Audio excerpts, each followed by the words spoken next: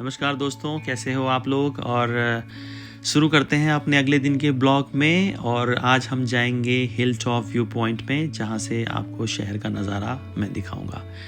तो पहाड़ी पर चढ़ते हुए पहाड़ी में चढ़ते हुए हवा में नमक की हल्की खुशबू और पहाड़ों और पेड़ों की सरसराहट आपको बता देती है कि शहर समुद्र के बिल्कुल दिल में बसा हुआ है। जब आप ऊपर पहुंचते हैं तो सामने फैला पुरेतो वालराता ऐसा दिखता है जैसे कि कलाकार ने समुद्र और पहाड़ों को एक ही कैनवस में समेट दिया हो। लाल छतों वाले घर, पुरानी गलियां, नीला समंदर, सब कुछ ऊपर से बिल्कुल पोस्टकार्ड जैसा लगता है दोस्तों। यह व्यू एक बात समझाता है जो मैंने पिछले ब्लॉग में भी कहा था कि पुरेतो वालराता सिर्फ घूमने की जगह नहीं, एक एहसास है।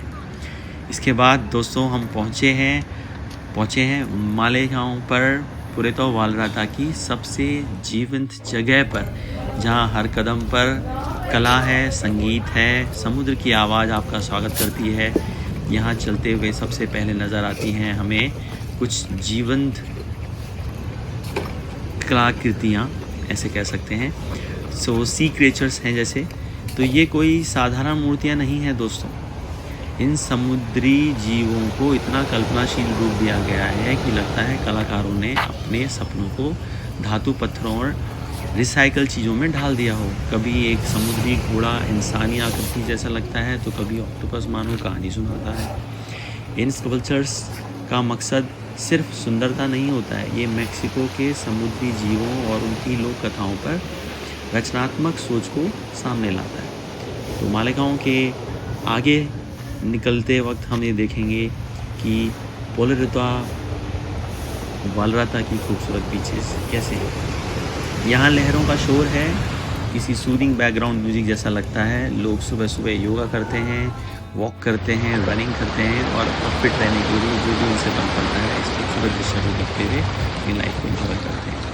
तो कोई बस बैठकर समुद्र को सुन रहा है, तो कोई यहाँ पर शांत और जीवन दोनों तरह के शहर का मजा ले रहा है। तो दोस्तों आगे बात करते हैं यहाँ पर जो स्केलेटन आर्ट्स बनी हुई हैं, सब जगह आपको दिखाई दे रही हैं, इनके पीछे क्या कहानी है।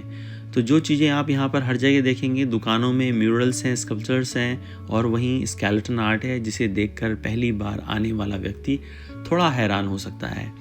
तो आखिर स्केलेटन कला मैक्सिको में इतनी ज़्यादा लोकप्रिय क्यों है, आइए जानते हैं।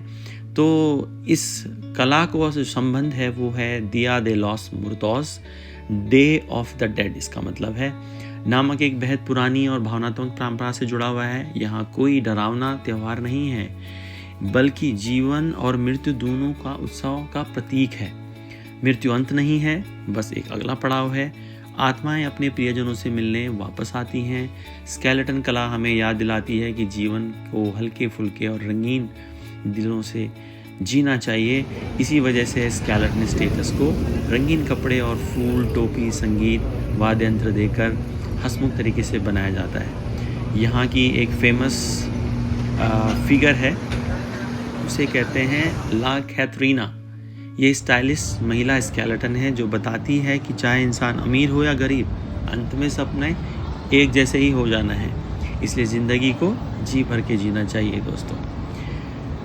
यहाँ उनकी पहचान है, यह जीवन को बिना डर के अपनाने का संदेश देती है। यह टाउन की कला संस्कृति का अभिन्न हिस्सा है। यहाँ लोक कथाओं, इतिहास और त्योहारों का मेल है। कला में स्केलेटन होना यहाँ स्केरी नहीं माना जाता, बल्कि रचनात्मक, सम्मान और जीवन के प्रति आनंद का प्रतीक है। अगले दिन दोस्तों जो हमारा ये शहर का व्यू मैं देख रहा हूँ, यह शहर सिर्फ समुद्र और पहाड़ों से नहीं बना, बल्कि संस्कृति, कला, रचनात्मक और जीवन के उत्साह से बना है। हिल टॉप का पोस्टकार्ड व्यू, मालेगांव की इमेजिनेटिव स्कल्पचर, बीच की शांति और स्केलेटन आर्ट की यह कहानी, सब मिलाकर पुरेतो वालराता को एक ऐसा शहर बनाते हैं जो आपकी यादों में हमेशा जीवंत रहता है। दोस्तों जल्दी फिर मिलेंगे नए ब्लॉग के साथ में।